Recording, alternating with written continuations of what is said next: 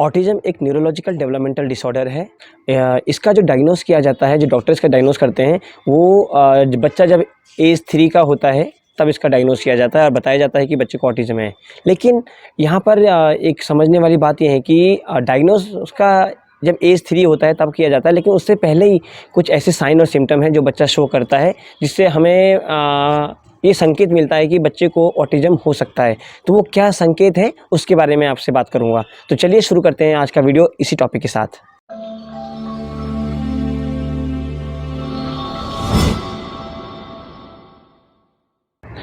Number 1 है eye contact.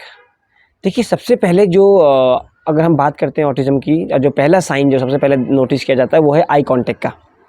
कि इसमें क्या होता है कि बेसिकली बच्चा जो है आई कांटेक्ट नहीं देता है। अगर आप बच्चे के साथ बात करेंगे, खेलेंगे, है ना, उससे कुछ भी उसके पास आके उससे इंटरेक्ट करेंगे, तो बच्चा क्या है आपकी आंखों में नहीं देखेगा, वो इधर-उधर ध्यान देगा लेकिन आपकी आंखों में नहीं देखेगा। अगर वो देखेगा भी तो क्या है, वो कुछ क्षण के लिए देखेगा, उसके बाद वहाँ से आप आई कांटेक्ट हटा के किसी दूसरी जगह देखने लगेगा। तो ये आई कांटेक्ट ना देना सबसे एक महत्वपूर्ण साइन है, जो ये इशारा करता है कि बच्चे को ऑटिज़म हो सकता है। नंबर 2 है सोशल स्माइल।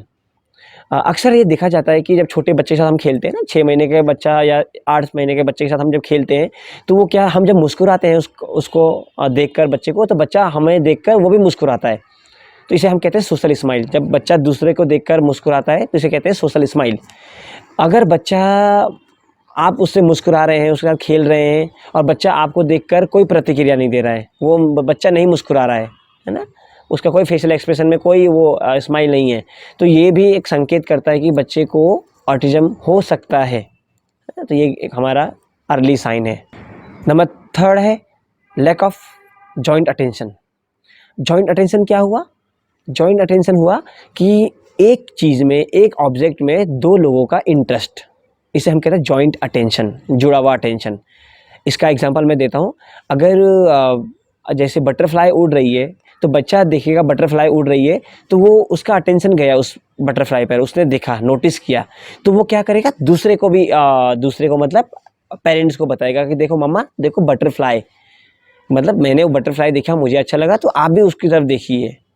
अगर आप बच्चे को लेकर जाएंगे, सड़क पे वॉक कराएंगे, तो अगर डॉग ही देखेगा तो देखेगा भाव भाव, तो बच्चा देखेगा भाव भाव, तो क्या करेगा, मम्मा को, पापा को बताएगा, पापा देखो भाव भाव, मतलब मैंने देखा, आप भी वो देखिए।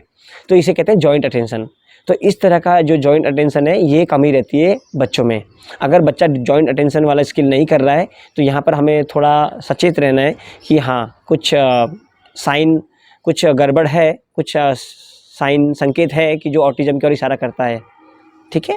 नेक्स्ट है हमारा नो रिस्पॉन्ड टू नेम।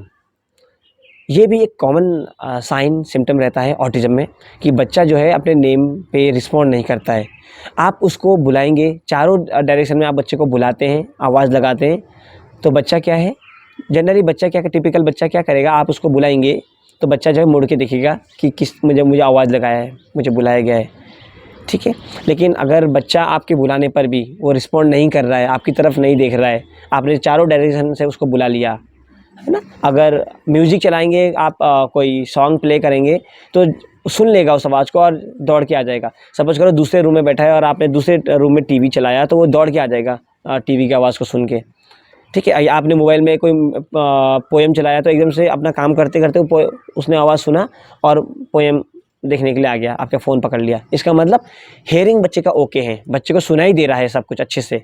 लेकिन जब आप नेम से उसको बुला रहे हैं, तब वो रिस्पॉन्ड नहीं कर रहा है, तब ऐसा लग रहा है कि बच्चे को सुनाई नहीं दे रहा है। तो यह भी एक संकेत करता है कि बच्चे को ऑटिज़म हो सकता है।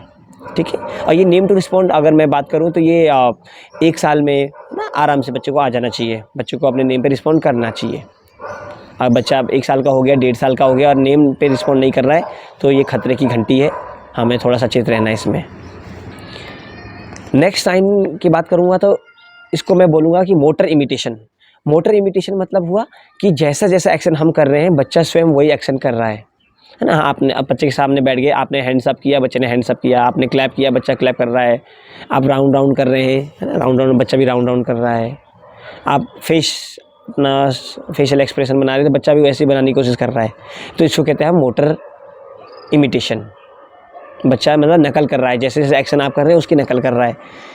तो अगर बच्चा 1.5 साल का हो गया है, 2 साल का हो गया और बच्चा इस तरह का इमिटेशन वाला गेम नहीं खेल रहा है, इमिटेट नहीं कर रहा है एक्शन को, तो यहाँ पर भी थोड़ा-सा हमें समझना होगा कि कुछ गड़बड़ है ना? ये कोई संकेत कर रहा है कि बच्चे को ऑटिज़्म हो सकता है, कन्फर्म नहीं है कि ऑटिज़्म ही है, कि ऑटिज़्म में बच्चा ऐसा नहीं कर रहा है तो ऑटिज़्म ही है, ऐसा नहीं है, लेकिन एक साइन है कि बच्चा ऐसा हो सकता है कि बच्चे को ऑटिज़्म है। तो ये है हमारा नेक्स्ट। अब बात कर लेते हैं नेक्स्ट पॉइंट की। नेक्स्ट साइन है सेल्फ स्टिमुलेटरी बिहेवियर, जिसे हम कहते हैं स्टिमिंग बिहेवियर। ये कुछ अगर बच्चे को देखा जाए, कुछ बच्चे जो है अपनी तरफ से कुछ रिपीटेशन बिहेवियर करते हैं, जैसे बच्चा गोल-गोल घूमेगा, है ना? या अपने बॉडी को ऐसे बैक एंड फोर्थ रॉक करेगा, है ना? या स्पिन करेगा, या काफ़ी बच्चे हाथ को हिलाएँगे इस तरह से। तो ये जिस तरह के जो मूवमेंट है, जो रिपीट में बच्चा करते रहेगा इसको नॉन स्टॉप, ज़्यादातर टाइम करता रहता है, तो इसको हम बोलते हैं सेल्फ स्टिमुलेटरी बिहेवियर या स्टिमिंग बिहेवियर। अगर बच्चा इस तरह का बिहेवियर कर रहा है, तो ये भी संकेत करता है कि बच्चे को ऑटिज़्म हो सकता है ना? इसके अलावा अगर मैं नेक्स्ट साइन की बात करूँ, तो अगर बच्चे का हम प्ले देखें, बच्चे का खेल देखें, तो बच्चे का खेल जो है जैसे टिपिकल बच्चा खेलता है खिलौनों के साथ, उस तरह से ना खेल के वो एक पर्टिकुलर चीज़ को एक ही चीज़ को एक ही तरीके से बार-बार खेलेंगे। जैसे अगर आप बच्चे को कार देंगे, तो क्या हुआ, कार को वो एक लाइन से लगाने का काम करेंगे हर बार, या कार्स के जो व्हील्स को घुमाते रहेंगे, क्योंकि कार पे हम अलग तरीके से खेल सकते हैं ना, तो वो इस तरह से नहीं खेलेंगे, कार को लाइन से लगाएँगे या उसके व्हील्स को घुमाएँगे। तो इस तरह का एक खेल को ही खेलना पसंद करेंगे, कुछ नया खेल नहीं खेलेंगे। तो ये साइन और सिम्पटम है जो हमें बताते हैं कि बच्चे को ऑटिज़्म स्पेक्ट्रम डिसऑर्डर हो सकता है। इसलिए हमें जल्दी से जल्दी इनको कैच करना होगा, और अगर हमें कहीं भी डाउट लगता है बच्चे के डेवलपमेंट को लेकर, तो हमें जल्दी से जल्द बच्चे को पहचानना होगा और उसका अर्ली इंटरवेंशन स्टार्ट करना होगा। क्योंकि जल्दी हम बच्चे को पहचानेंगे, तो जल्दी से हम इसका अर्ली इंटरवेंशन स्टार्ट करेंगे, और इससे क्या है, बच्चे में जल्दी इम्प्रूवमेंट आने के चांसेस रहते हैं। बच्चा जल्दी जो है नई चीज़ों को सीख पाता है। हम इसका वेट नहीं करेंगे कि बच्चा 3 साल का होगा, उसका असेसमेंट होगा, तब डॉक्टर बताएगा, तो हम इतना वेट नहीं करेंगे। हम जल्दी से जल्द बच्चे का जो है इंटरवेंशन स्टार्ट कर देंगे। देखिए, मैंने कहा कि ऑटिज़्म हो सकता है, ऐसा नहीं है कि कन्फर्म कि ऑटिज़्म ही है, लेकिन ये है कि हो सकता है। तो अगर हमें ये सब जो साइन मैंने बताए, अगर ये सब चीज़ें लग रहा है, तो हमें इसका इंटरवेंशन स्टार्ट कर देना चाहिए। इंटरवेंशन देने में कोई नुकसान नहीं है, इवन फ़ायदा ही होगा बच्चे को। अगर बच्चे को ऑटिज़्म भी नहीं है, तभी भी बच्चे के लिए फ़ायदा होगा उसके डेवलपमेंट को लेकर, कि बच्चा जो है स्किल्स सीखेगा, है ना? तो आप प्लीज़ स्टार्ट करिएगा। अगर आपको इस तरह के साइन लगते हैं अपने बच्चे में, तो जल्दी से जल्द अपने जो है नज़दीकी किसी डेवलपमेंटल पीडियाट्रिक को दिखाइएगा, और उनसे कंसल्ट करके आप बच्चे का इंटरवेंशन स्टार्ट कीजिएगा। तो आज का वीडियो मेरा इसी टॉपिक पे रहा।